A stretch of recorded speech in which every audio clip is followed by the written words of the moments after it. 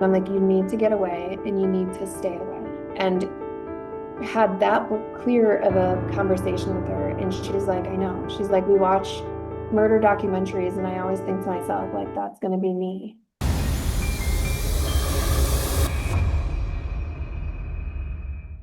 Hi, everybody. Welcome back to True Crime Unsolved. I'm Miles Reef. I'm here as always with my buddy Sean Cahill. This is the place where we tackle the stories that the TV networks won't touch.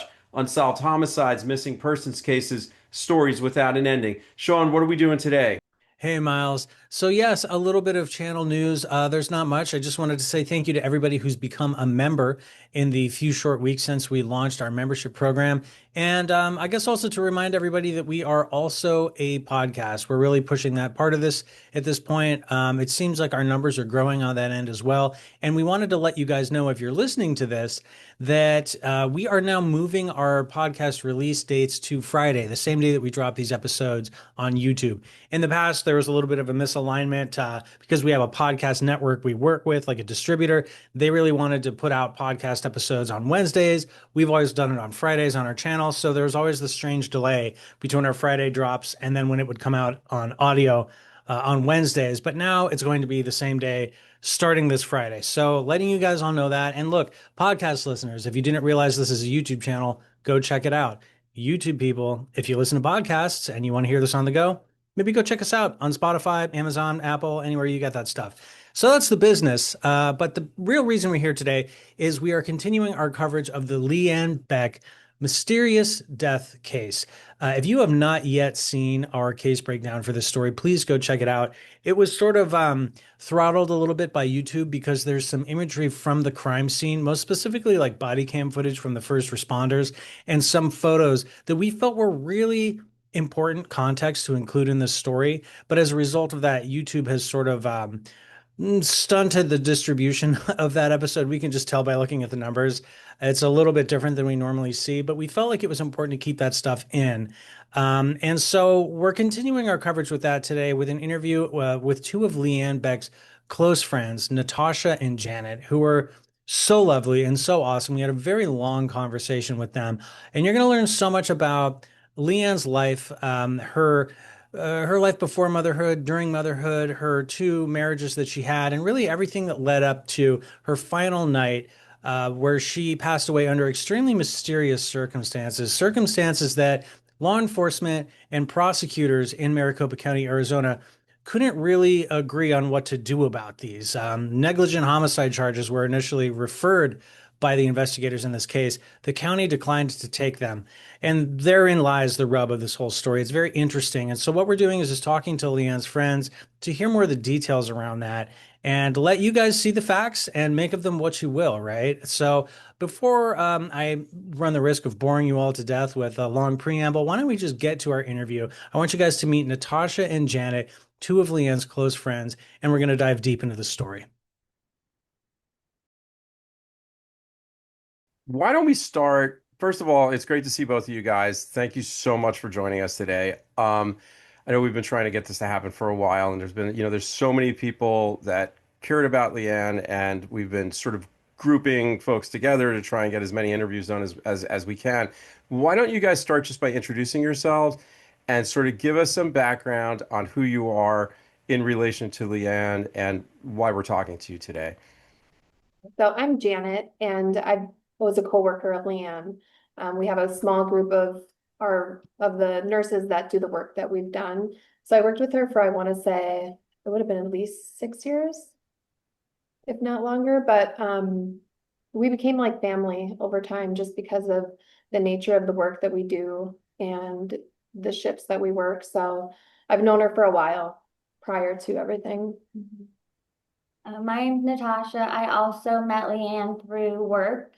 Um, she trained me I met her back in like 2017 at first, and then we became close in 2018 when she started training me. And like Janet said, the nature of our work, it's like there was only five of us, I think, at the time, or a very small number, and we worked like 24-hour shifts. So when someone's training you, you're like living those days together. So eventually we became very, well, like she became one of my best friends, and here we are today.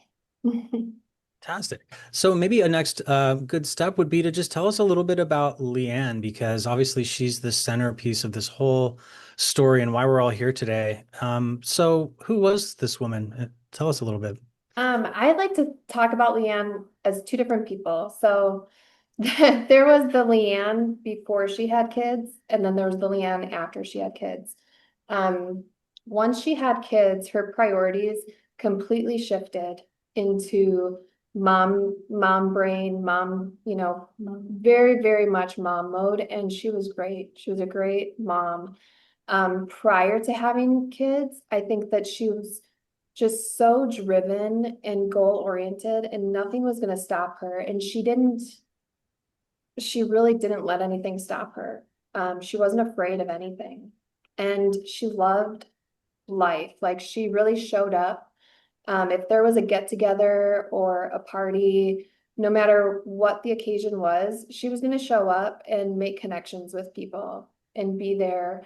And I loved that about her because that's not easy for everyone to do, just with the busyness of life and everything else. And then when she had kids, I think she completely shifted. Her focus was definitely like her kids, her family, wanting to have that family. Yeah. And when did that happen for her? As far as the switch and the children, I mean, was this something So that happened recently, she or? had Aurora in 2019. Like May, yeah, Yeah. May 2019. And it was day and night. Yeah, I mean, I do, yeah, definitely. But she had like when she was pregnant with Aurora, unfortunately, a lot of it was like alone. And so I think when she had her and then having a newborn, well, we're getting off track. We were saying who was Leanne to us. Yeah, let me go. She was awesome. She had a big heart and she went to great lengths for the people she cared about. Yeah. And she was also so feisty though, which was like so fun about her. Like She didn't she back wasn't down. afraid. Yeah, she wasn't afraid to like speak up, and if she didn't think you were doing the right thing, Yeah. or Even I had like a disagreement with Leanne, and I talked to her about it. It was something work related, and like I went to her and I kind of expected that she would back down in terms of or just kind of respond differently, and she definitely like stands her ground in terms of like she knows what she believes, and she's awesome. Like I gained so much respect for her for all of those reasons. yeah. So she's a great friend. And she, not a pushover, it sounds like. Yeah, yeah, for sure. also the like she was also such like a wonderful daughter to her parents. She Yeah. like It was like their their their world really. yeah, like Mm. always making because her mom lived here in Arizona. Her dad does now too, but at that time he lived in New Mexico. But she was always making sure her mom was okay and Yeah. had what she needed and took her to doctor's appointments if she had to go to them. Yeah. And even when Leanne was going through everything that she had on her plate, she always checked in with her friends to make sure that her friends were doing well. Like she was a caregiver for everyone. She genuinely cared. What do you think her goals were for the future? Like, did you guys talk about that? I mean, obviously having kids is a big deal and it does change things like you talked about, but like where was she at in her life and what did she see coming for herself over the next couple of years? I think her main focus was just building her family up and like really having her kids have a better life than what she had. And she wanted to even have like the blended family scenario be beautiful. Like she wanted that with her daughter's father, and had even started talking about, how she appreciated and liked his girlfriend and their blended family. And she really wanted to Yeah. focus on her I think family. she was at that time in her life was really wanting to focus on being a mother and have because she had like these two little Yeah. babies. So And she was a hard worker too, very independent. So she had like she built her own financial stability by being a hard worker because she could juggle all the different things, being a mom, working full time, helping with people in her life. Like she did a great job. So Can you guys give us just a simple sort of timeline of Leanne, like her relationships and the kids so that we understand? Because it sounds Yeah. like she had a kid and Yeah. then that didn't work out, that she was a single parent. And then, Yeah, she was, well, originally her and Nate were together at one point, and then they got pregnant with Aurora, but they did not stay together, They were kind of on the on and off, of on things and at off. that time. Yeah, and then she had Aurora in May of 2019. And in July of 2019, I remember her saying, I Yeah. reconnected with this guy from high school and we're going to go on a date. And I said, oh, wow. And I remember I watched Aurora, the little sweet baby. She was like 2 months old. And so she dropped her off and they went on the date. I should have never watched her. No. But anyway, they went Well- on the date and then like they were always together. Like it was very, that whirlwind sweep you off well, that's how it seemed. They were like always together. And we had thoughts like, what gentleman is gonna, meet you at your 6-week appointment and be like, hey, Yeah. and there's some conflicting stories in terms of, I've heard that allegedly Jason told Leanne, like, I always loved you when we were in high school together, and Leanne was like, I didn't even remember this guy. Yeah, like So, like there was some red flags that have been talked about in terms of that. But so she had Leanne in May 2019, yeah. or sorry, yeah, she Okay. had Aurora in May. She announced on social media that she was in a relationship with Jason by July. Well, yeah, because it was like the very beginning of July when I watched Aurora. well, that was and that was their first date. I think that Allegedly, I like believe it was like the first it was the first she started date telling where I about. think she like left the baby, with somebody. Okay. Right. I don't know if it was like their first time seeing each other in person, to be Mhm. honest with you, but I know she had said like they went to high school together. I don't think they had like a real close connection in high school based on what she said, but like she knew of him, he knew of her type of thing. Yeah. She has Aurora. Aurora's about 6 weeks old in July. Yeah. She starts seeing this guy, Jason, and then Love bombing. Like, I'm gonna take Love, you on yeah. this trip. I'm gonna take you to got it. skiing. I'm gonna take you to Rocky Point. I'm gonna take you to Disney. I'm gonna do all this stuff. Like, just And love then they bombing. get pregnant that October. So Very just a quick. few Yeah, months down because the she line. had the baby in May again. That both the Mhm. babies were born in May. So yeah, she got, what is Yeah. that, like September? Like estimated pregnancy would be like August, September. Yeah, it And was now very it's been in fast. Like I October. don't even think she was 3 months postpartum, I Mhm. guess. Wow, that is really quick. And Yeah. then, so after that, they got engaged very quickly. And then, They were married by February of 2020. And Yeah. also like their marriage plans continued to change. So they had gotten engaged, and then at first it was like, we're gonna go get married in Spain. And then it was, all these different plans. But there's a red flag, it sounds like. well, the red flag Yeah. started way before that. Just at work when he would incessantly text. I think I told you guys that. Like he would text, who are you working with? Who's the surgeon? Who's the coordinator? Like I was like, why does he care? Like, and she would tell him, and then she would say something like, I have to block him to get any work done. And so she would then block him because he would be incessantly texting her like all day long. Mhm. And I was like, this seems weird, but Yeah. And was she, because it sounds like she got pregnant pretty quick yeah. with this guy, Jason. So she's Yeah. at work, I'm assuming for a good part of her pregnancy. So she's pregnant with this kid and he's showing these signs that you're talking about. Yeah, like very controlling behavior. It hadn't even been like Yeah. It was from the start. From the We start, had to we be had honest. concerns from the start. Like they had engagement photos done, and I still hate it. But there's a picture of Leanne choking him. And we're Yeah. all like, oh, like bad taste, because there was Oh, already issues that we were aware of. Mm. And that was like a picture that they were announcing their pregnancy. And it was just like very heartbreaking because we all saw the signs for it already. And we're like, okay, this isn't going to go well.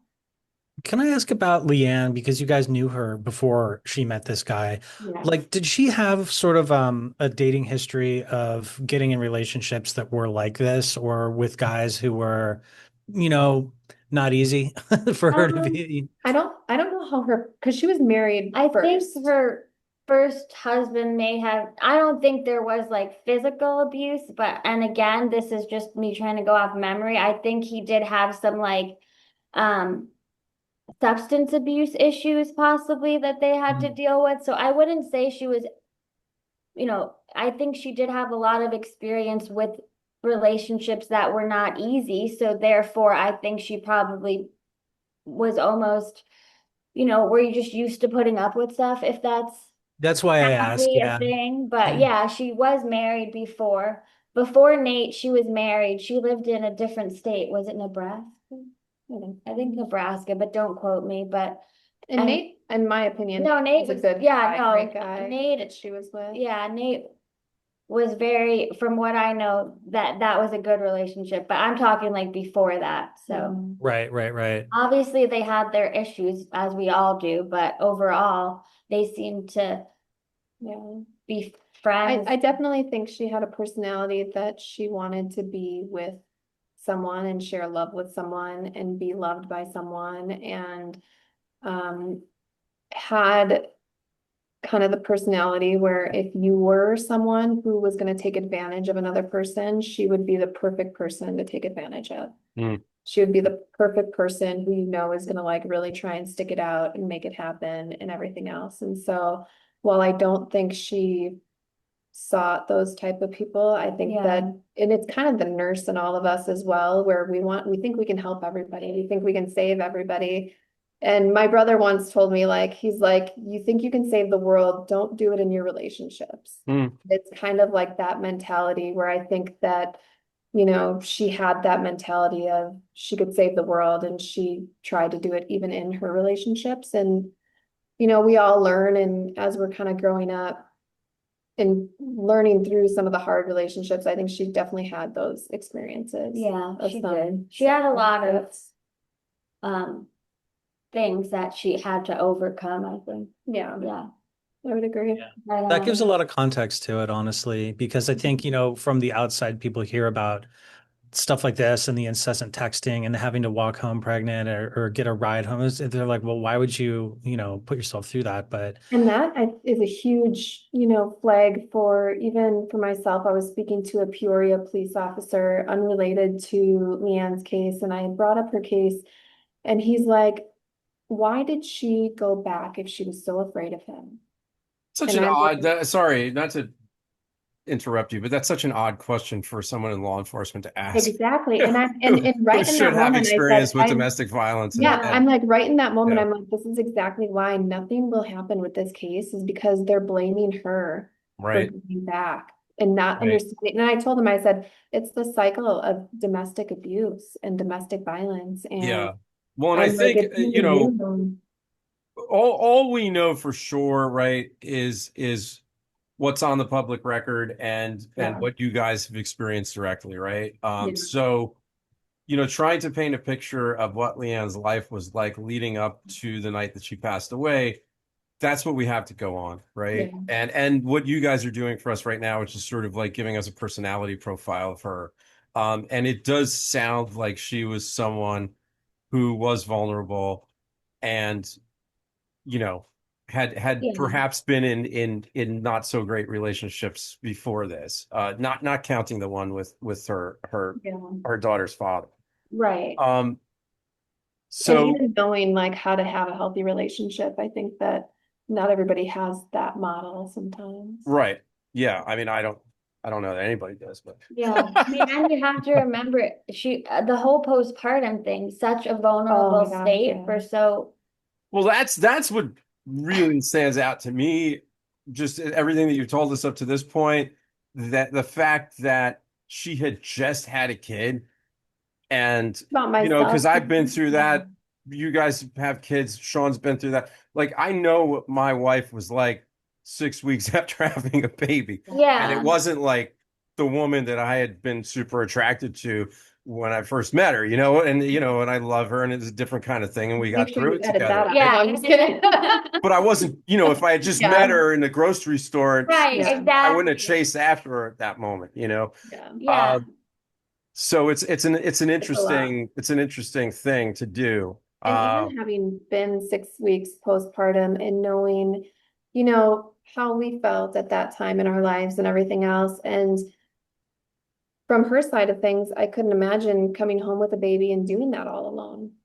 Yeah. So the idea of having somebody who wants to be present and wants to step in, but then how off is that for somebody to want to step in and be Yeah. dad, like next It's day unusual. type of thing? Like that's unusual, It's right? almost it's like too good to be true, right? I mean, it makes sense that she embraced it Yeah, because she really needed it and wanted it, but it Right. does seem a little too good to be true.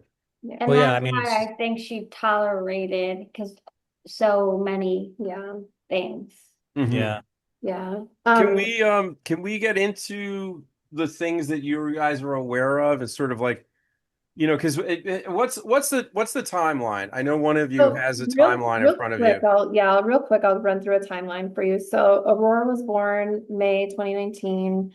Leanne announced she was dating on Instagram July 2019. So she met Jason that we know of like 6 weeks postpartum. I kind of think it was probably earlier just because if she announced it on Instagram that early, maybe it was a week or two even earlier that she Right. kept it to herself. Well, yeah, but she announced it on like what, July 20th? Yeah. And I watched that little sweetie girl Yeah. like the beginning of July. I feel like it was right around, I think it was like the 4th of July, but again, I can't be sure, but it was right around the 4th of July. July 26th, she was engaged. They're estimating her pregnancy to be August 17th, basically, so like mid-August. They announced their pregnancy Yeah. October 2019. The first incident that people have like record of allegedly is November 30th of 2019. So she was pregnant, had already announced her pregnancy. February of 2020, she was married in just like a small ceremony. But hold on, just to stop you, sorry for, in November of 2019, that's when she was found running down the street, right? Yeah, I believe so. We got a Yeah. ride. And that was the November 30th that you Yeah. read off. Okay. No, you guys, what's the context of that? Like, there was a police reporter, she spoke to you about it. Like, how do we know that happened?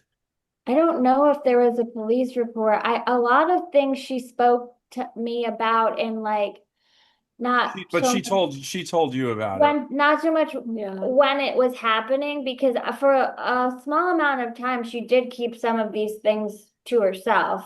And then in I mean, I learned about little things, but it wasn't until like the beginning of 2021 actually.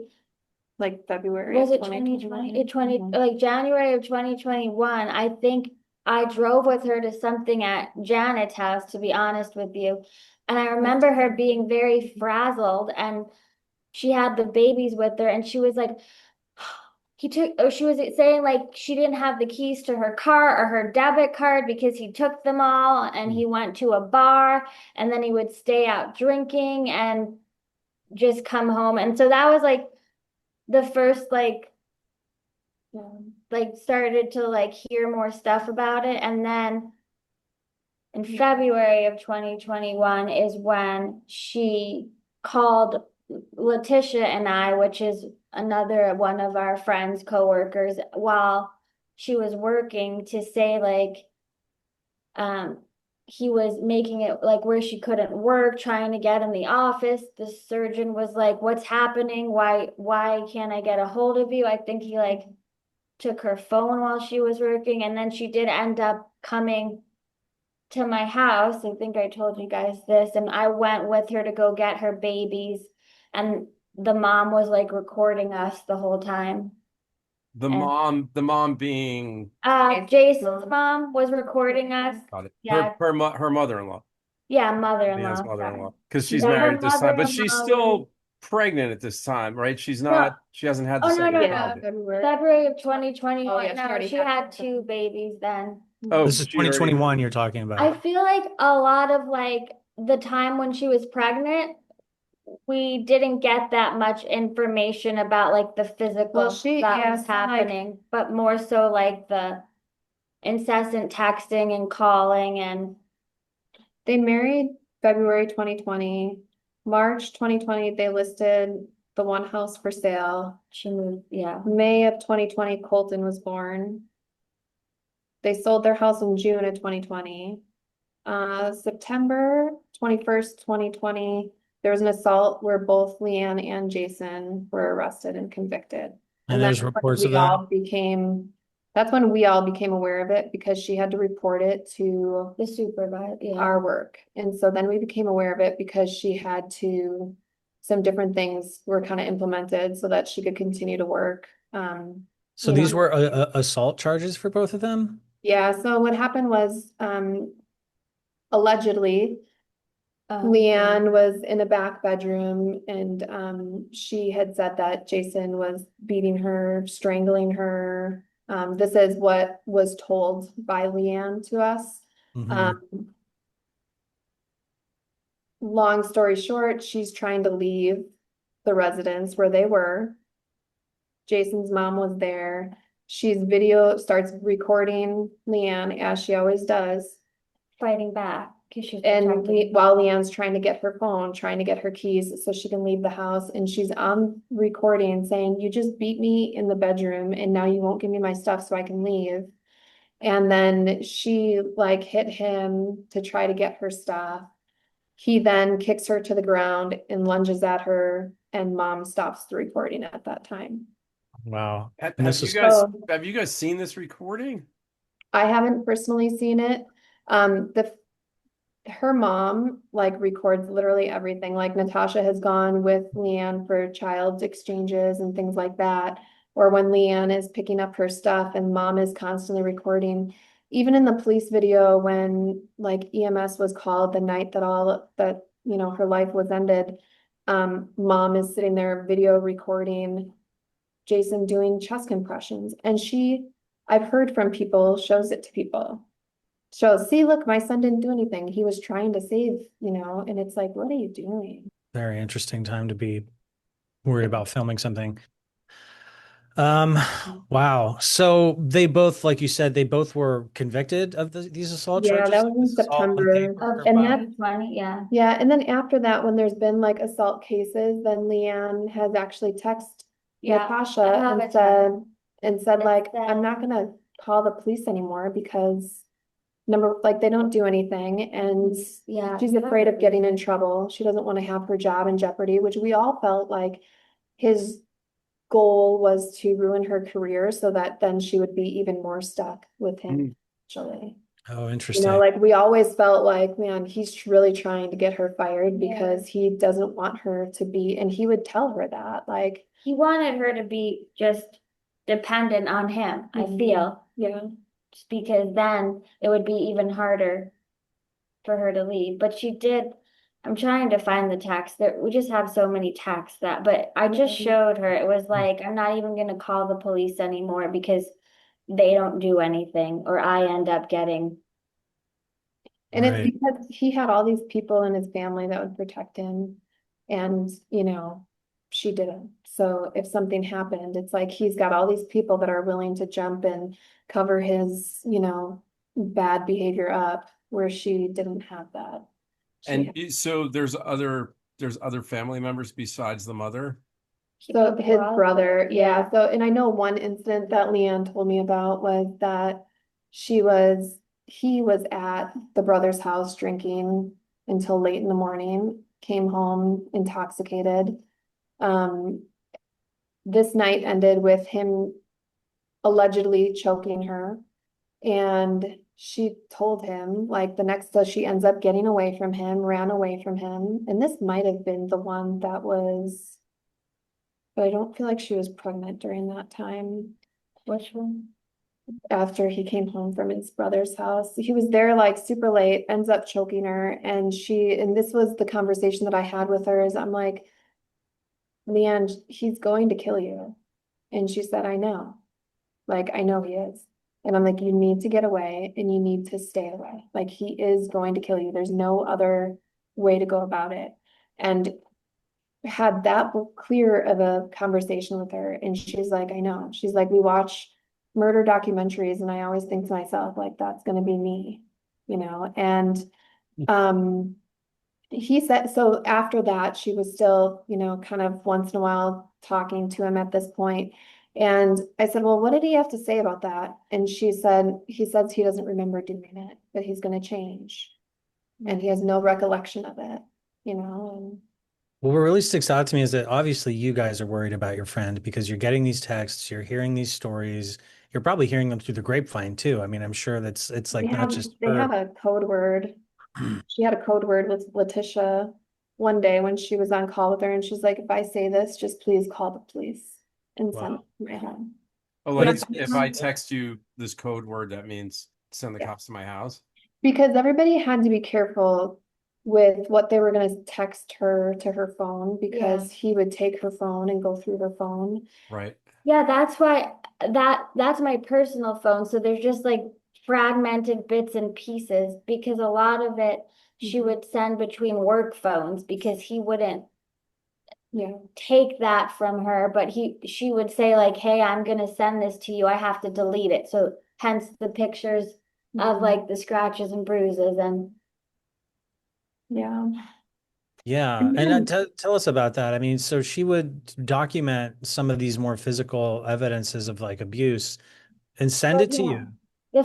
The first time she tried to leave him in February of 2021, um, that's when she sent those pictures and said, like, I believe, because again, the timeline gets tricky because like the pictures left one phone and had them resent. So I believe the pictures were from February of 2021 with the stuff I was showing you on the arm and the neck and the scratches. And then she said, I'm going to send them to you and Letitia because I have to delete them.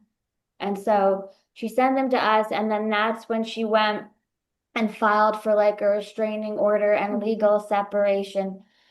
And That was she, February 22nd and yeah. February 23rd. And she came and stayed at my house for a few nights and was like, so we were trying like to get her away from him. Yeah. I guess that, I understand that there were a few incidents where the police were involved, and then Yeah. at a certain point, Leanne said, I'm not even going to call the cops anymore because they're just not getting it and they're not going to help. But then Well, she because she would get in trouble too. So right, because it was like sort of mutual combat, I guess is Yeah. what how the cops looked at it, right? Even if she was just defending herself, whatever. That's how the police were looking at it. But then she stops calling law enforcement, but she continues documenting this pattern of behavior and then sending it to you guys to like almost to keep safe. Like here, download these pictures. Keep a record of this. Yeah, because in August of 2021, there were temporary orders for custody awarded to Leanne, I think at that time. Yeah, well, that in June of 2021, she did end up calling. That was when again she was working and he was trying to get in the room and take the phone and like take her work phone from her and then he threw her into the drywall and so they did I think end up calling because she got an emergency order of protection filed and that was when that was the second time though. Then she actually did leave. She moved out of that house that was right next to her mother-in-law's house. They were like neighbors. Mhm. And she moved into the rental house that she had gotten. Okay, And so that was the first time that she actually left. no, yeah, in February she like left for a couple of days, but he weaseled his way back in, like we'll do counseling, we'll do this, we can make I have like the text she sent me Yeah, that he it was was like sending her. February 22nd, she files an order of protection, but then by March 1st, She dismissed Leanne and it. Jason dismissed the order of protection. And then March 3rd, Jason was served with divorce papers for separation, did not respond until June. The 9th moved back in together, so that's in March of 2021. And Wow. then May 20th, 2021, Jason threw me into the wall, broke the drywall. He slammed my hand in the front door, trying to prevent me from leaving, held me down and refused to let me go. Mhm. Yeah. Wow. May 27th, Jason broke into her work Yeah, he got into to the find, yeah. It was terrible. Wow. she was training someone and Like, he just showed up like in the cubicle, like where you have to actually be an employee to be back for there. only Like, employees. how did he even know where she, like, how to get there? It's like beyond my actual, like, Wow. if I had said to you, hey, come meet me here, you would have been like, okay, well, can you come outside the building? Because how am I supposed to know where you are? I didn't even know where to go when I went to work because we're like remote half the time. So Yeah. probably should have. And during that time too, Leanne had told me that she found like cameras in her lawn and she would pick them up and like God. he was very big into having like cameras on her. Yeah, That's she said her mother-in-law's house had a camera that was pointing directly at their house, like the front entrance. wow. That's really, really unusual if true. Like just the amount of filming and for what purpose, you know? Well, the amount of filming that they have, and then when all of this happened, the night of the incident, there's no film available by the time the police were able to get the Footage. like by the time it was demanded to be handed over or whatever, all the, footage and recordings are gone, right? Like it's just very convenient. Well, maybe we should talk about, what happened because we're definitely like understanding the sort of the All, tumultuous relationship and yeah, things it's circling and terrible. she's Like from leaving the to put them start. back together. And it's like you could see that this is just a pattern of negativity forming between these two people. So then ultimately um it comes to a head, right? So I guess take us to that part of the story and then let's dive in a little bit. Well, I think we all thought that Leanne had really like gotten away from it, or we're hoping that it was to the end. She had taken some FMLA from work. She had moved out. She was living with her dad. She had an attorney. She put serious money into the attorney to get things separated and to come to an agreement with custody stuff. She was co-parenting better with Nate because He wasn't there to. yeah, the entire time that she was with Jason, she was unable to co-parent with Nate because he wouldn't allow it. He wouldn't let So, them talk to each other. it was very toxic, not because of her, but I think just the constant manipulation and fear and, insecurities that Jason had affected all of those relationships. So Leanne was getting back to her normal self. She was communicating with all of us. She was communicating with her friends again. She was opening up about what she went through.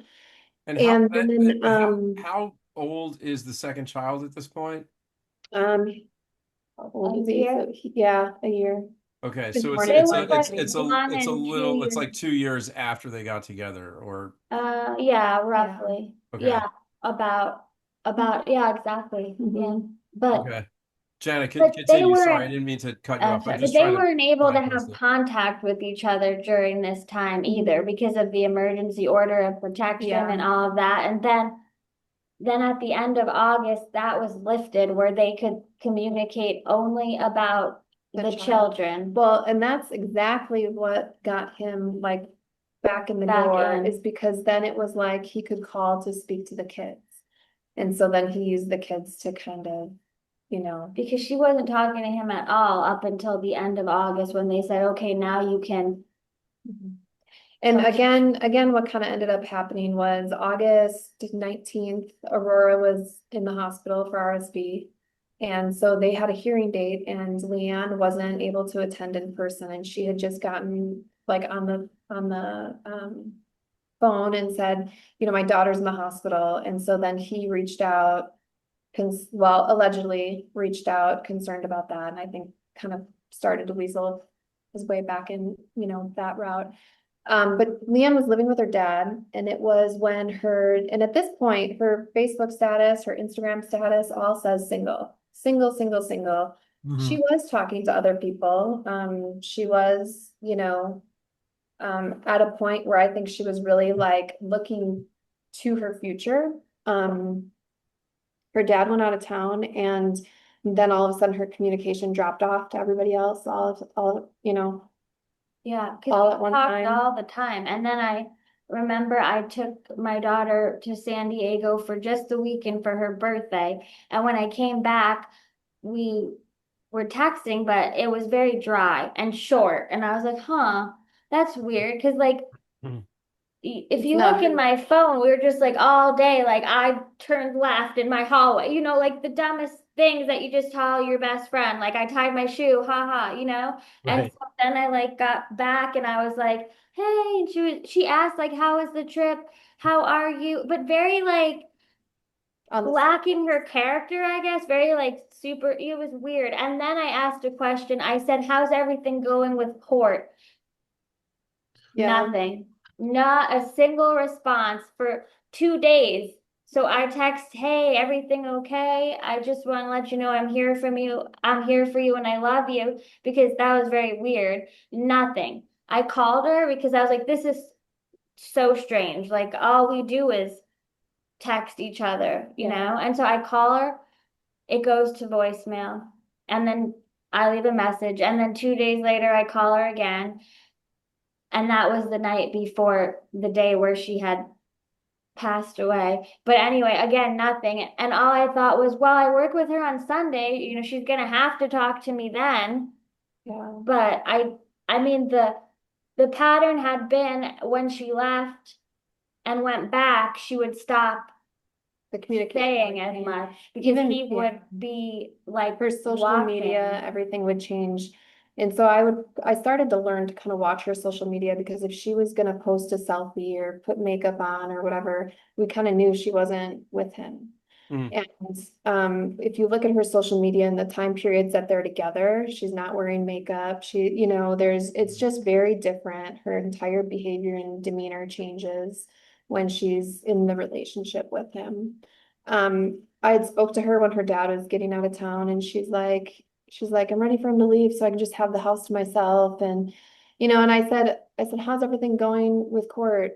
And she's like, it's been good because I haven't had to talk to the attorney, which was a very different response in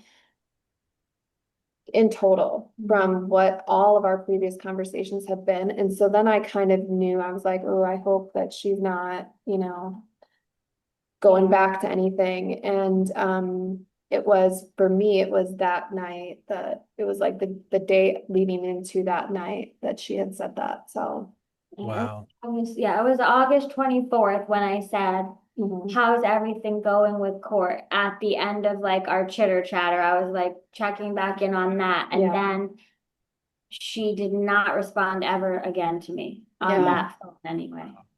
And Wow. then she Yeah. died on Saturday. Well, it was like 4 days later, or I guess it, And my text to her was like the day before, like the 28th. well, yeah, I did text her again, but she didn't reply anymore. I don't know, but I'm speculating because she didn't reply, but I don't know, it was because she was like back in communication with him and she didn't want And to lie even, about it. So yeah, like but she even just, during that time, and I always thought it'd be interesting if somebody could pull up like from Facebook or from Instagram, when did her status change from single to like married to Married. Jason Beck? Yeah. Because you guys, I'm telling you, I would look at that frequently because I knew how controlling he was and how much that meant to him, that her status said single. And then here she is talking to people from Facebook that she's meeting and talking to people from, X, Y, and Z. I know how much that meant to him. And I know for a fact, like she would not change that. Like there's no way. She would have been so mortified to change that and face us and be like, hey, I know you guys have been there and X, Y, and Z, like we would have grabbed her and ran. What do you guys know about the night that Leanne passed away? Like, Um, can you take us to that day? Because you just gave us a pretty Yeah. good picture of like what was going on in the Um, days leading up to it, and you're talking to her and all of that. yeah. We know that they'd kind of gone out to different bars and restaurants and went out for drinks at like different places. And that was kind of, they had a lot of drinking in their relationship. And Jason, I think, has a history of DUIs and multiple incidences from what I know, Yes. allegedly, right? Or I mean, I think there's actual police reports that he was drinking child endangerment even. I know that they went to at least 3 or possibly 4 bars that night, 4 bars and There restaurants. was, yeah, they were apparently, I mean, I guess like on a date maybe of sorts. I mean, again, I'm Trying to, like, labeling it that, but they were together hanging out, and this was during that period of time where she wasn't responding, right? I believe Jason was speaking to this girl, Megan, who he was talking to at the time, and I know Leanne was speaking to people at the time. And I think that if Jason saw messages that Leanne had sent me about people she was talking to, it would have put him well over the edge of anything. And that was always my fear is, oh my God, he's saw our conversation and this is, now the result of it. But you don't know that that's obviously, you don't know that's what No, happened. but I feel like, because I know when I was reading it in my phone, I'm like, oh my gosh, I'm like, if he sees this, like there is no recovery from I this. think there was didn't you hear like something about he or her saw something in Megan called, Megan the girl called his him. phone, and I'm sure Leanne probably was like, dude, you know, So the way that she would stand up for herself, I can just imagine Leanne being like, hey, Right. and that not going yeah, because he said she fell out of the moving vehicle because she wanted to get away from him because of was it about the phone call? Yeah, but the initial time that he's interviewed, from what we saw with police reports, he doesn't say anything about her, falling out of a vehicle or anything like Well, no, that. and like, why would you pick somebody up and put them back in a vehicle? I mean, I'm just asking because that doesn't make a lot of sense to The me. whole And then thing. take them home and bathe them and The whole I thing. don't know. So Yeah, so just so everybody understands what you guys are talking about, that when the police do show up at the house, this is part of the story that Jason tells them, right? That they were no, going not back. right away. So initially when the police, so basically the night of, the way that we find out is I was giving a report to Leanne in the morning. I didn't even recognize, we report off at 6 a.m. I sent her a message for work. Then we don't figure out till later that she's not even like up and working. Okay. So then we're like, working with her. people are starting to call and say, hey, like, you guys, have you heard from Leanne? This is weird. Well, Then I looked at her Facebook and I looked at her social media and it says married to Jason Beck. And I'm like, she's dead. But so I'm like, there's no way she ever does that. what happened was Letitia woke up and I was working with Leanne and I thought she was working just because we don't always like chatter to each other at 6 a.m., right? And so and we thought she was working. We didn't realize she wasn't. But then Letitia woke up and said, hey, are you working with Leanne? And I was like, yeah, I am. Apparently, I thought I was. She's like, that's weird because I have a text from the middle of the night that says, hey girl, which again, she wouldn't just text Letitia, she would text the whole team. Letitia would not have been the right person to text. She wasn't even the one that was working at that point. It was Janet. So even if you weren't going to text the whole team, which was what we usually did, you would text the right person. But she just texted Letitia and said, hey girl, I'm not going to be able to work in the morning. I'm going to be going to the emergency room for severe abdominal pain. But it wasn't her wording, and it was texted to the wrong person. And as we all know, she never went to the emergency room for severe abdominal pain. So long story short, now we realize, oh wait, she's not actually here. So I started trying to find her. It was like texting her mom because I had her mom's number from when we like did her baby shower. So I was texting her mom, calling her, but I wasn't getting through. So then I found Nate's profile on Facebook and I just said in a message, hey, I just want to make sure Leanne and the kids are okay because she's supposed to be here working today and she's not. And he's like, well, he eventually responded like he had Aurora. So at least we knew that she was fine. And then I think then he went to try and figure out, and then he called back. And then I got a Facebook call from him. Love you. It's understandable.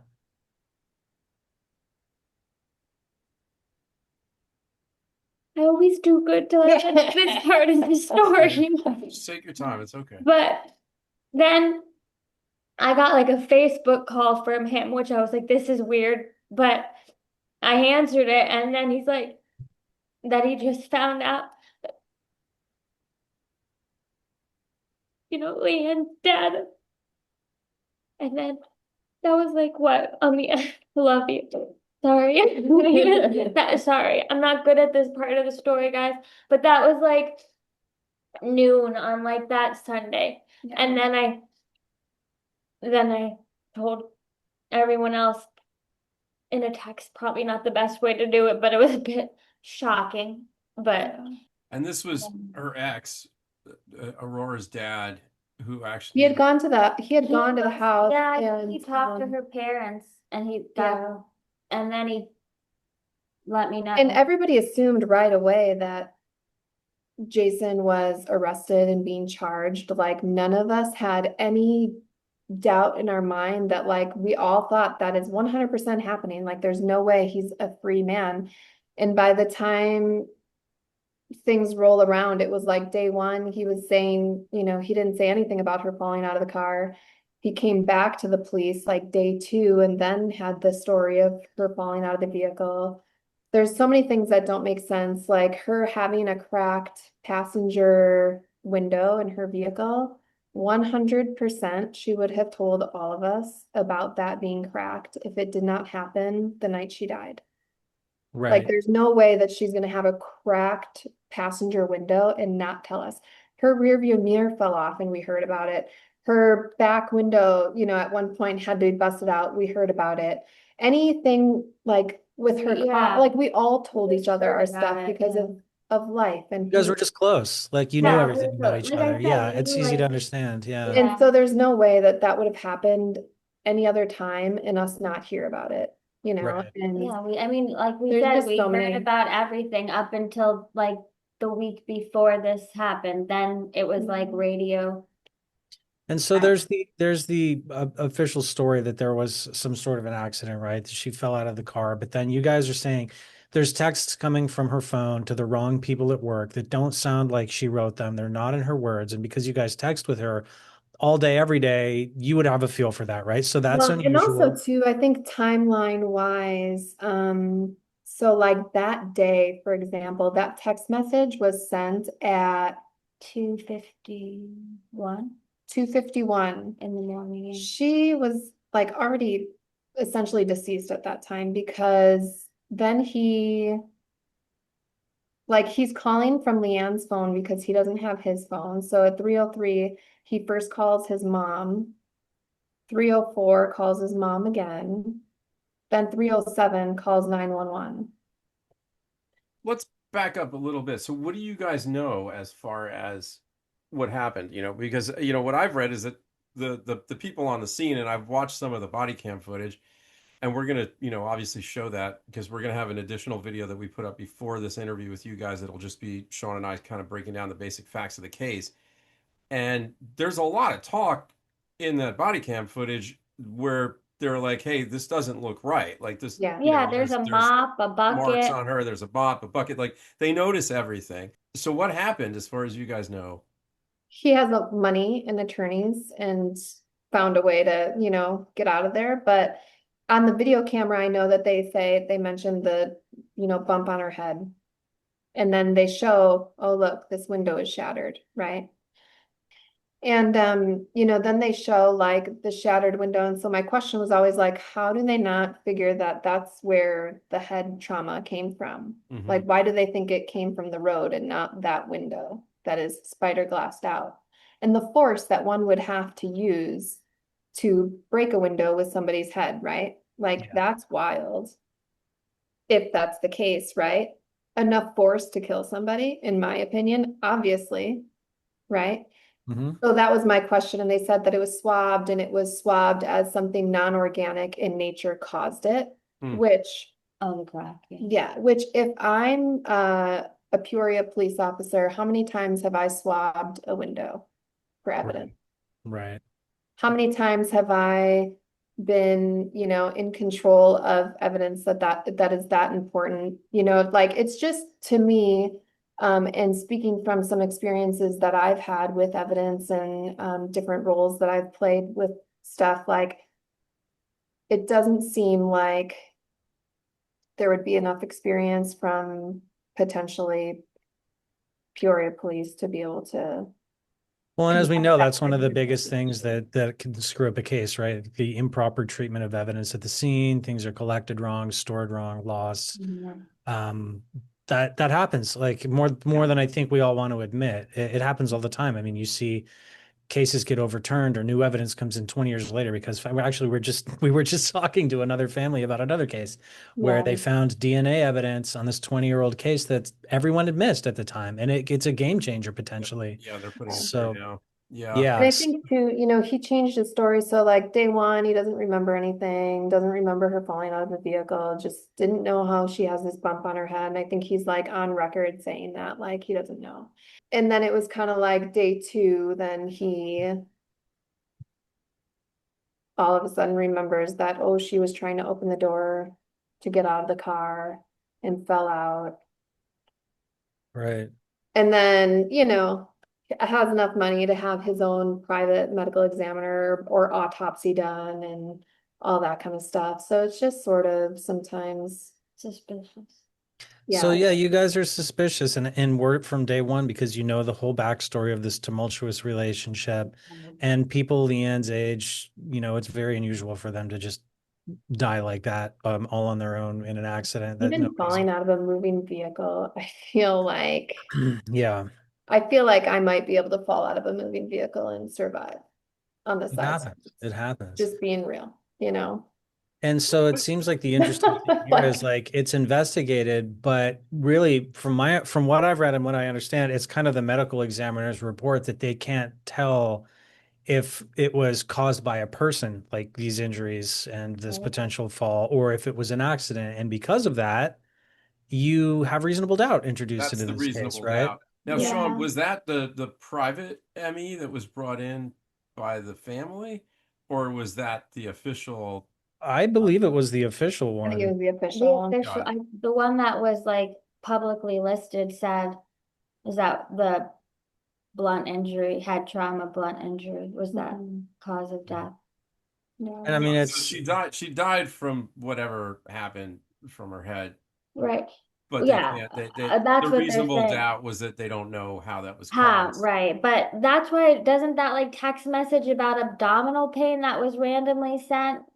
And I they don't, say, I don't like, under- the reason that yeah. they said something like, that charges can't be filed with that is because he was trying to protect her and her job by saying, hey, I don't feel good.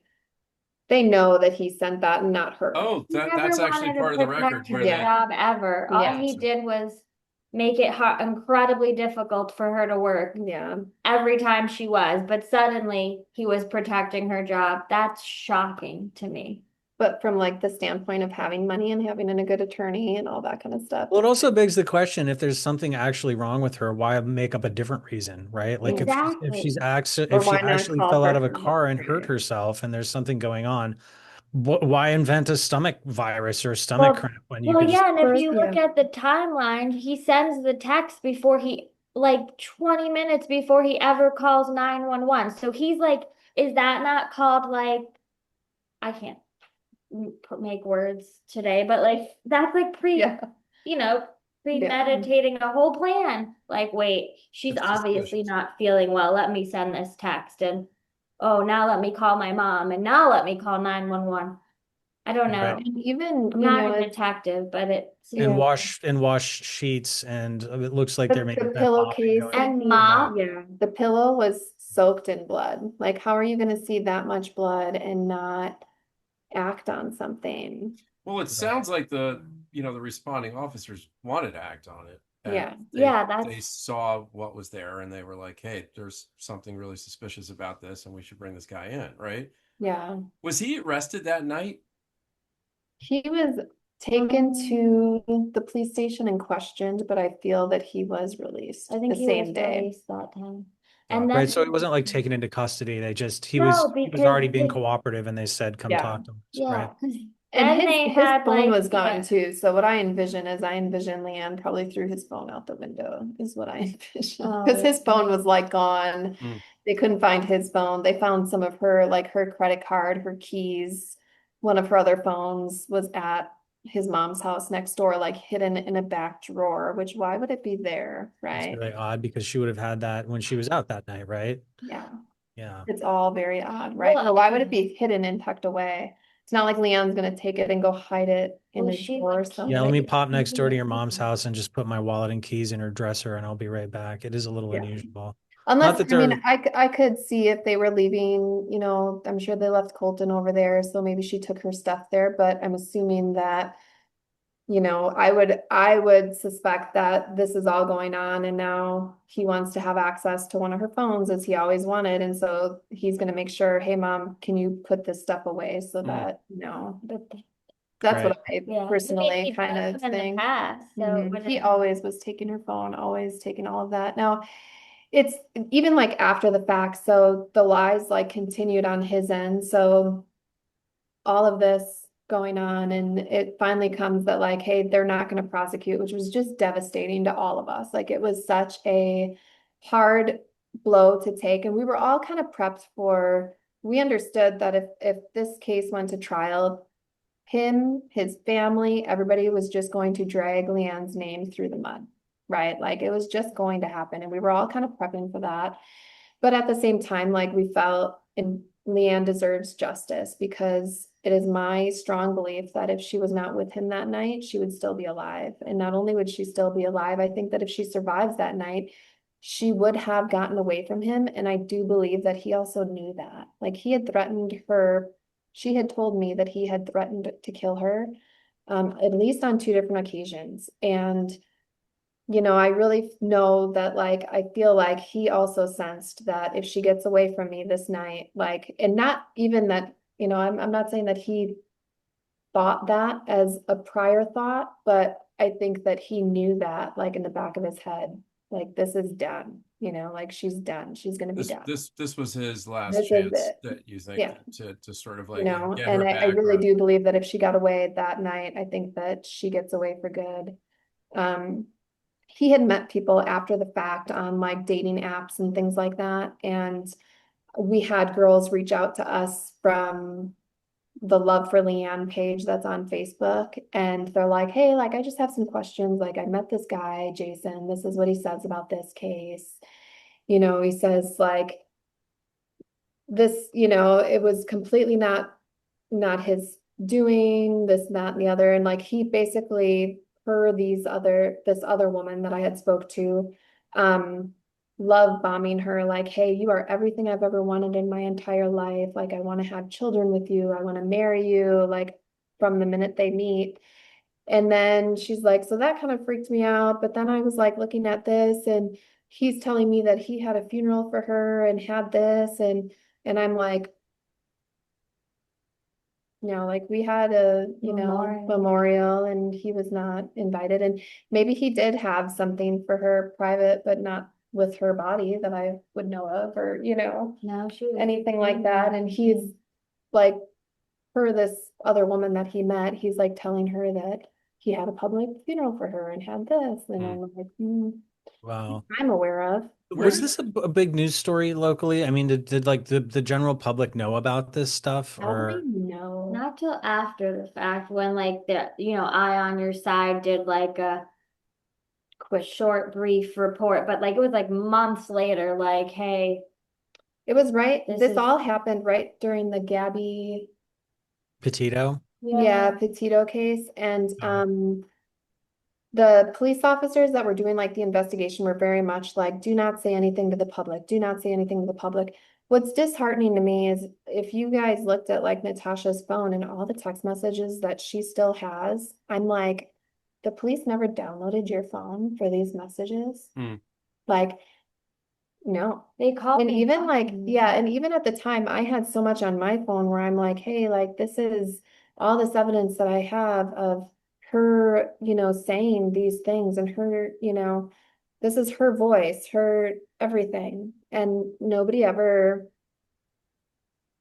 got Wow. back to me about my stuff or, anything. But you went to How them and soon- told them, and they just Yeah. Right. You guys have all spoken And to she police. also, right? Like, did you talk to them? Yeah, I talked to the detectives. I told them what I knew, what I had, and Did they come and talk to you guys? Like, did they come to the they called work? me. Okay, but they did do outreach and they did Yeah, They interview. didn't, it took a they didn't long reach time. out to me. Oh, they didn't. They called me and they did go and download Letitia's phone with that Okay.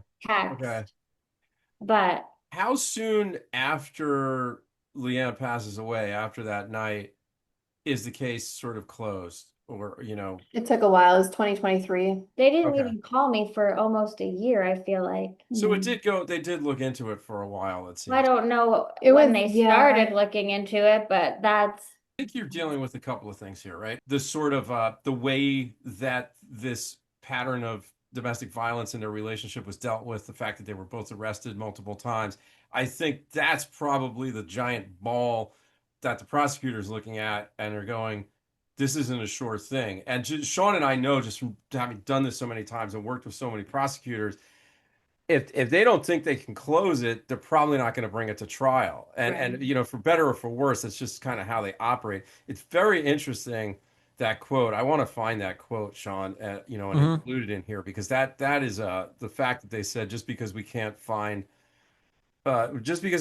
proof of guilt doesn't mean there's innocence. I mean, and I've seen that before, and it's almost like you said, it's worse, right? It's Mhm. it's it's worse to know that there's people in authority who are looking at it the same way you are, and they're like, well, this is pretty obvious, right?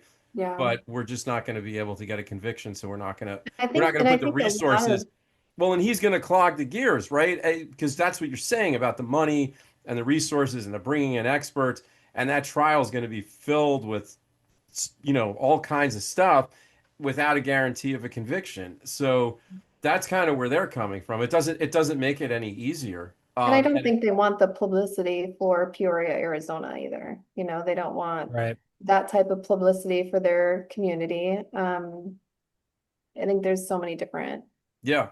Yeah, it's Right. it's it's multiple. I guess that's what I'm saying. It's multiple factors, right?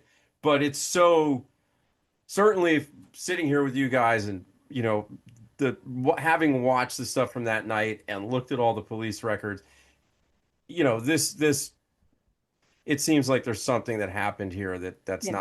not I being do like prosecuted. knowing Leanne too. I think, I'm just, I think that she was probably a spitfire to the very end. Like Mm. literally, like, like I said, like she doesn't back down. She never has backed down. And I think that, um, I can just imagine was, her to the very, very end. Yeah, you could. Well, and you guys, Mhm. I'm sure you've relived this so many times. What happened that night and Yeah. what was going on in that She wanted car. she wanted the best, and unfortunately, domestic violence isn't really understood that well by so many people. That to me, that's what this story is about. Mhm. It's more than anything. I mean, obviously, it's Leanne's story, and we need to honor her memory and the kids and everything. But at the end of the day, the fact that like police have said that, what was the quote that you gave us earlier? He literally said, like, I don't understand why would he asked me, why would she go back if she was afraid of him? Right, And I right. like Which is, looked at him and dumbfounded. for I'm like like, because a layperson who no. isn't a narcissist and doesn't have any kind of experience with an abusive relationship, it's understandable to ask that. But the fact that like law The enforcement doesn't police have the officer. training to recognize these things, Mhm. that's a little disheartening because you'd expect Yeah. them to understand Like because it's like a detective saying it versus, right. Right. I mean, that's 101 stuff. I mean, and it's that's when I knew I'm like, okay, like there is no chance. right. Yeah. No, but Right. you know? Right. Yeah, there's just enough there. I mean, this is why you bring the evidence and you show a jury and you let them decide, because if you don't do that, then you've taken it away from the people to sort of decide, justice in their own community. And it's now sort of just like, well, screw it. I don't think we have enough. Yeah. And I agree with what you said, Natasha. I've seen less go to court by a And lot. I think too, I know that Leanne is, I think that she likely is so angry. Fired up. She is fired up Yeah. and wants her side to be heard in Mm. all of this above anything. I think that if she was here, I know that she would be fighting for everybody to understand her side of what she has gone through, especially with the family. So like in terms of always being the blame always being turned on her, right? The video camera is always turned on her to catch her at her very worst, even when it's, somebody's poking you, poking you, poking you, poking you. In time, you're going to react, but then they're just taping that reaction. Right. Like they're just getting that clip of it. And I know for her, us talking about this today is very difficult. It's so hard to bring up all of this past that we've worked really hard to kind of not necessarily bury, but to heal from, because it's definitely been a lot to heal from for all of us. Oh, I bet. So to open this up has been a lot, but I know that we're doing it because of our love for Leanne and knowing that she would 100% want her side of the story to be heard. She would want the world to know how much she loves her babies, how much she loved a life. And that she was a good person, like a truly, truly good person that And a deserves real to be loss. heard. Yeah, a real loss. It's Well, I so keep thinking about this kid, and I mean, Oh, seeing there's her no way to baby, solve it, but at least, yeah. having some closure and like real understanding of what happened. Yeah. Seeing her babies get bigger without her, That's it's hard. And her little girl looks so much like her. man. And then her son doesn't really have the memory of her. Right. You were so little, like 1 and Mhm. 2 years old. Yeah. Right. Which And in at some least, ways a blessing, because at least they were a bit oblivious to what was going on around them, Yeah. because well, I'm and even sure they were there when some of the Nate stuff happened. speaks to Aurora all the time about her mom, and she knows who her mom is and everything. But on the flip side, Colton does not know who her mom, you know what I mean, who his mom Right. is. And so, Right. at least allegedly, from what I've heard and everything else, like Right. that's the way it is, and that's I mean, I sad. know like they don't necessarily know, but I think for us, it's like we know how awful it is because they lost out on such a Mhm. An Oh, amazing person and an amazing mom. Yeah. Yeah. Which Well, everybody nothing can replace her not to love. say like the people that have stepped up in Aurora's life, not to minimize that in any way, but you Of know what course. I'm trying to say. No, Yep. of course, of course, well, thank you guys so much for being willing to go there today and to, dive into all this really painful, difficult stuff that doesn't have a resolution yet. I know it's hard and I know it's brutal to revisit this, but I think you guys are doing a great thing coming here to speak for her. And I hope that you continue to advocate for her, because that's, I think, the only thing we can do at this point until something changes, which hopefully it does one day. It Yeah, doesn't even feel like we're able to give her story and her persona justice, because Yeah. it's just such a hard story to tell. And Right. even going back through it, some of it is so unbelievable that even when we're speaking it, it feels unbelievable because it's just so much, so Yeah. it's definitely interesting. Is there anything, I know you guys said there's the Facebook page, right? Yeah, love for Leanne. We'll Is put a it love link for up at Leanne the or end. it's justice for Leanne? Justice for Leanne. Okay. Okay. Thank you, thank you. And we hope you feel better with your fever over Oh, there. thank you. Yeah, Yeah. feel better. Probably gonna go lay down after. Good idea. All right, Thank you, Janet, Janet. Thank you, Natasha. Natasha. Thank you Bye. guys. Thank Thank you. you. Bye. Bye.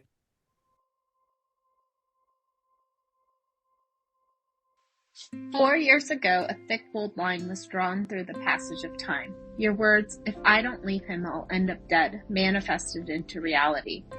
We had offered our homes, a hotel room, money, an ear, protection, support. "I've got this," you would say, as you shifted the subject to lighten the mood. You would laugh and smile. That image of your brightness burned into our memories. We struggled through the crash course into the justice system, a class in which we never enrolled. Our grief was wrapped with the confusing and illogical ways the legal system operates. We lost hope when we saw how the sausage is made. Simultaneously, our minds shattered and our hearts crumbled when we learned no one was going to be charged in connection with your death, and the case remains unsolved unless more evidence is found. We picked up our broken pieces. We relied on each other, our families, our neighbors, our friends. We chose to live. We chose to love. We send each other the texts we would have sent to you. We have celebrated birthdays, new babies, marriages, divorces. We toast to the successes we find in our jobs, our families, our passion projects.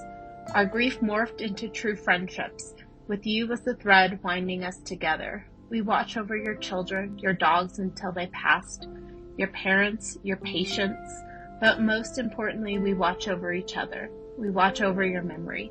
We share your story with our hairdresser, our coworker, our neighbor, because her best friend, her niece, her daughter, needs to leave him. We send Target gift cards to strangers who have moved across the country to get away. We donate clothes to women's shelters. We try to stop this from happening to another woman. We say, "No, she just needs to go," with an urgency and desperation. The heaviest part is the guilt we all carry. A heartbreak this profound leaves pieces so small it would be impossible to reassemble them back into the original shape. But we did our best. The gnarly scars feel rough to the touch, but with this rebuilding, our hearts are so much bigger than before, a capacity and resilience we have never known, and a bond and love unlike any other. Leanne, you are forever in our thoughts and hearts.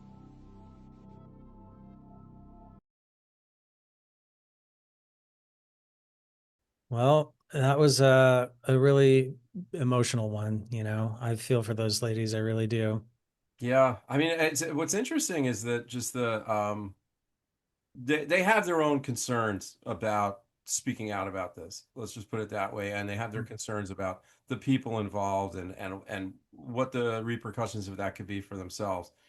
And that it's obviously real. Their concerns are legit, and there's and the fact that like I said, there's other people who kind of brought this case to us who won't go on camera and don't even want us using their names, but these two women were still willing to come and talk to us.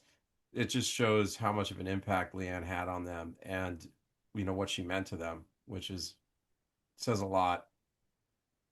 It does, yeah. And it's just, this is why it's so important to do everything you can to bring at least the attempt of justice in these types of cases, because when you don't, you leave these holes in people's lives, but you also foster a distrust in the system itself, and I Right. think that that's on a meta level a really crazy and sad thing about this whole case is you see that we're supposed to place our faith in the people who protect us and the people who go to bat for us as the people in court to stick up for rights and wrongs. And when that doesn't happen in such a visible way, man, that's sad. And I think that's all these people want. Like, look, none of us know what happened for sure. It's just suspicious at this point, and it seems like there's enough that there should be an argument in front of the people to figure out what went down here. And I think Right. that's the bare minimum that we can ask. So I just seeing it in their face and the fact that they've had to live for these years, seeing these kids grow up with such an unsatisfactory like writing off of this woman's life and death, it really sucks. I It don't know doesn't what a better word. seem like I guess what accidental death, right? But there's so much circumstance around that, and there's such a history that you have to look at it. Mm-hmm. And I'm not saying that the cops didn't, because it sounds like they took a while with the investigation. And that's what I was saying, during our interview with Janet and Natasha. I mean, I understand. I understand not wanting to take a case to trial because the system is imperfect. And we've Hmm. dealt with this, and it can cost hundreds of thousands of dollars, sometimes, into the $1 million to try a case, depending It on how ties up long you try it. resources, like there's only so many people in these counties working these jobs. Yeah. And it's and So it's a it's it's a it, these are jobs that people have, and they have to make tough decisions about these jobs. And we understand that because we deal with so many people in this line of work. But when you're not in law enforcement, you're not in that world. It's like you think everybody's a superhero or something. And at the end of the day, there are checks and balances and risks, and you have to weigh things out and figure out, like, what's worth it. But that sucks. I mean, the system's yeah. imperfect. I feel for everybody involved, and if for nobody else, then for those kids of Leanne's, growing up wondering what really happens to Hmm. their mom, and if they really know, and if there's people in their life who are telling them the truth, or not. Those are the questions that I think this type of decision forces onto innocent people. And it is tough. Even given everything we said about, we understand budgetary limitations, and reasonable doubt is a huge hurdle to overcome, but it's like, okay, well, but there's another damage being done, and the other people are being victimized by that very decision, Right. in a very real way. So it's a tough one, man. I see it. I see all sides of it. And obviously, I'm not against the justice system or the job of the prosecutors. I think they do an amazing thing in our country, and a very necessary job, but sometimes these tough decisions have tough consequences too. Yeah. And Um, there's a lot of people affected by this one, including children. It's really frustrating. And the other thing about it is it's like it leaves unanswered questions for the other side of it too, for her husband's family and for him. Because if it was an accident and there's proof, great. Like how it would not be fun to have people walking around looking at you sideways for the rest of your life because they think you might have been involved in something when you weren't, and there really was an accident and a tragedy in your life that took somebody you loved. And because of the circumstances of your relationship, people were reading more into it than really took place. I mean, like that's a vibe that could be the truth here. We don't know. And that's what you find out in court, right? Right. That when you present both sides and everyone gets their say and shows their evidence. So, it's worth saying that too. And not that anybody wants to have to go through trial for homicide, but people do get, let off for it and proved innocent. That happens. So yeah, which is probably again why we're not seeing this trial take place, because there's enough reasonable doubt there to Right. begin with. So we've come full circle on it. I think the best thing I can say hearing the story is just I'm sad. I don't think this is one like Jennifer Kesse or Liz Barraza where it's like, one day we're going to find out who did it. I think it's a different type of story. It's like it might have been an accident and it might not have, and I'm not sure we're ever going to know. Unfortunately, Right. that There's no question what she was doing the night that she passed away. There's no question who she was with. The question comes down to what actually transpired, yeah, and was their fault or not, right? yeah, and we may never find out. Yeah. Yeah. So guys, obviously this is one that's pretty thought-provoking for everybody. So please drop a comment, let us know what you're thinking. We have more interviews coming up with more friends of Leanne with just different perspectives and different background on this whole thing. So if you like what we're doing, don't forget to subscribe. Check out our podcast as well, Spotify, Apple Podcasts, most places you can get a podcast. You can get our show in audio form. So don't forget to check that out if you prefer it that way. Otherwise, tune in next week to see our lovely faces here yet again. Thanks, everybody.